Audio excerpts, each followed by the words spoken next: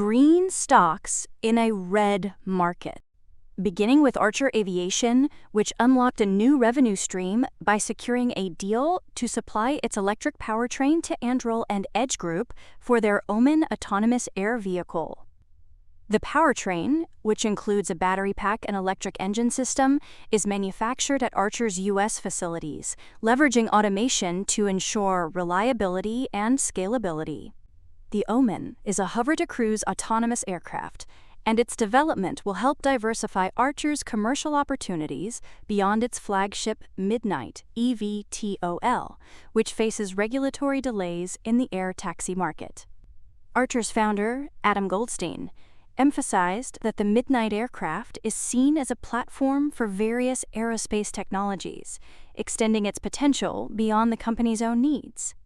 Archer's powertrain technology will help meet the growing demand for defense and logistics applications, with the UAE committing to purchase 50 Omen units.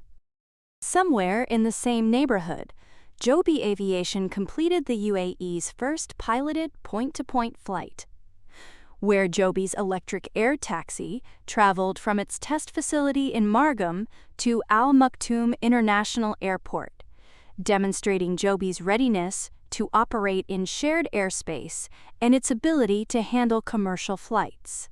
Joby also announced plans for 3 new vertiports in collaboration with the Roads and Transport Authority and Skyports Infrastructure.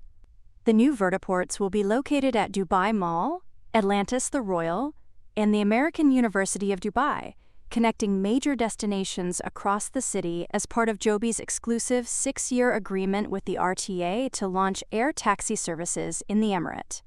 The new vertiports will be located at high-traffic sites, including the world-famous Dubai Mall, the luxury resort Atlantis the Royal on Palm Jumeirah, and the American University of Dubai, strategically placed near key residential and business hubs.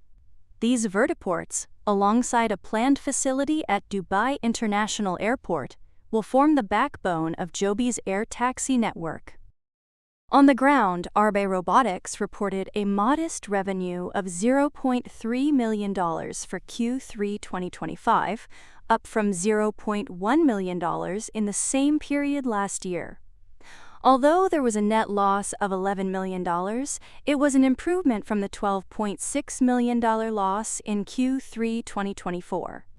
Operating expenses also declined to $11.3 million from $12.2 million in the previous year, yet remain high as the company invests heavily in product development and partnerships.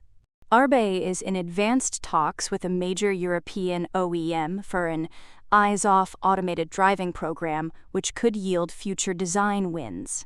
Arbe is also expanded into maritime applications, securing orders for radar systems aimed at collision prevention for boats. Additionally, it's been recognized with 2 industry awards for its radar and sensor technology. Despite progress, the global economic environment has led to delays in decision-making from OEMs, with some postponing new model launches. This has impacted the company's revenue growth, and the timing of key customer decisions will be crucial for Q4 2025 revenue performance. Looking ahead, Arbe is confident in securing several design wins with a focus on premium vehicle programs, which could eventually expand to broader platforms as OEMs make their final decisions. Plug Power doesn't have to wait for decisions, as it's been chosen to supply electrolyzer equipment for 3 green hydrogen projects in the UK, marking the largest combined electrolyzer supply contract in the country to date. These projects are being developed by Carlton Power in collaboration with Schroders Greencoat and include initiatives in Barrow-in-Furness, Trafford, and Langage. In Barrow-in-Furness, Plug will provide electrolyzers to generate green hydrogen for Kimberly-Clark's nearby manufacturing facility, helping to significantly reduce the company's carbon emissions.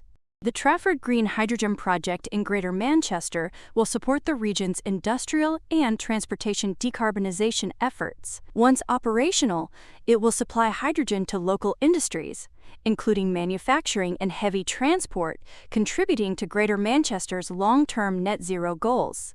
The Langage Green Hydrogen Project in Plymouth will produce hydrogen to decarbonize industrial facilities, with potential future applications in commercial transport and heating networks as demand grows.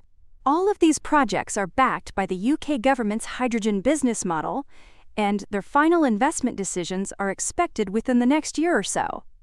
As part of its broader strategy, Plug Power continues to expand its global footprint, with ongoing projects in Europe and a $2 billion global opportunity pipeline.